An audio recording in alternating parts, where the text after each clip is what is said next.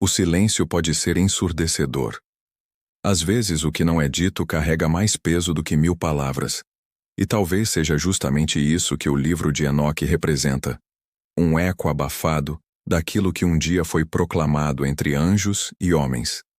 A pergunta que paira no ar como um sussurro ancestral é esta: por que o livro de Enoque foi banido da Bíblia?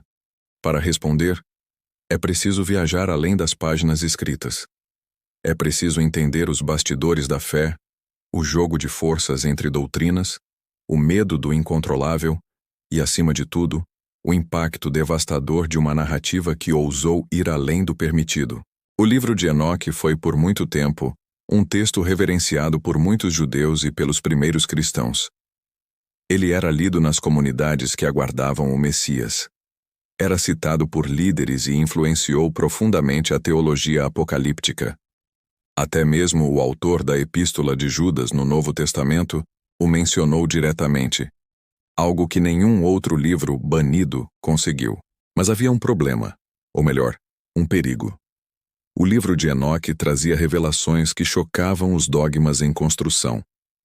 Nele, os chamados vigilantes, anjos enviados à terra, se rebelam, descem do céu e tomam mulheres humanas, gerando uma raça de gigantes, os Nefilins. Esses seres corrompem a criação, ensinam aos humanos ciências proibidas e inauguram uma era de decadência que, segundo o texto, leva ao próprio dilúvio. Essa narrativa não apenas reescreve os bastidores da queda do mundo, mas insinua que a corrupção veio do céu, não da terra. E isso era perigoso demais. Imagine por um momento uma instituição religiosa tentando estabelecer uma doutrina firme, clara, que colocasse o homem como o responsável pelo pecado, e não seres celestiais. Como explicar para o fiel que foram os próprios enviados de Deus, os primeiros a desobedecer, a ensinar feitiçaria, alquimia, astrologia e até o uso de armas? Como manter o controle da fé se os anjos são apresentados como transgressores? A resposta encontrada foi o silêncio. O livro de Enoque foi sendo deixado de lado, não de forma abrupta, mas aos poucos, subtilmente. Foi considerado não inspirado em concílios que, entre os séculos III e IV, começaram a formar o cânon bíblico oficial. Sua exclusão foi uma decisão teológica, política e estratégica. Afinal, textos como o de Enoque fomentavam ideias que não podiam mais ser sustentadas dentro da nova estrutura de poder que se formava. E então veio a grande virada. Com o crescimento do Império Romano e a cristianização de seus domínios, era necessário ter uma doutrina padronizada com dogmas bem definidos. Textos apocalípticos como o de Enoque eram perigosos.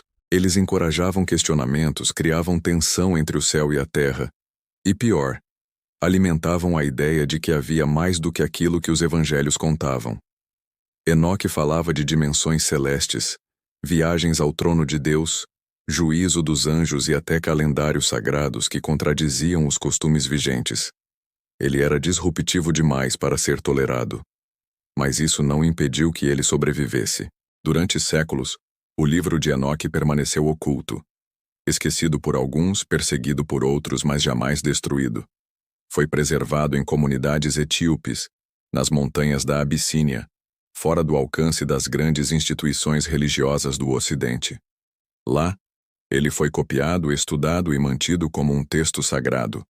Para a Igreja Ortodoxa Etíope, Enoque nunca deixou de ser escritura, e foi só no século XVIII que o mundo ocidental voltou a ouvir sua voz, quando missionários europeus encontraram o manuscrito etíope e começaram a traduzi-lo. O impacto foi imediato. Teólogos, historiadores e arqueólogos perceberam que o livro de Enoque não era uma simples curiosidade. Era uma janela para o pensamento antigo, um eco poderoso de uma fé pré-conciliar, crua, cósmica e muitas vezes perturbadora. Hoje, à luz da modernidade, não podemos mais ignorar sua existência. O livro de Enoque continua a ser estudado, debatido e lido. Muitos o consideram uma peça fundamental para entender o pano de fundo do Apocalipse de João, o conceito de queda angelical, e até mesmo a origem de doutrinas demonológicas. Mas o que ele nos ensina vai além de anjos rebeldes ou segredos celestiais. O verdadeiro ensinamento de Enoque é sobre coragem. Coragem de revelar aquilo que não se pode ver. Coragem de registrar o invisível. Coragem de denunciar a corrupção onde ninguém ousaria procurar. No próprio céu. E talvez seja por isso que ele foi banido. Não porque era falso, mas porque era incômodo. Porque nos obriga a olhar para cima e questionar.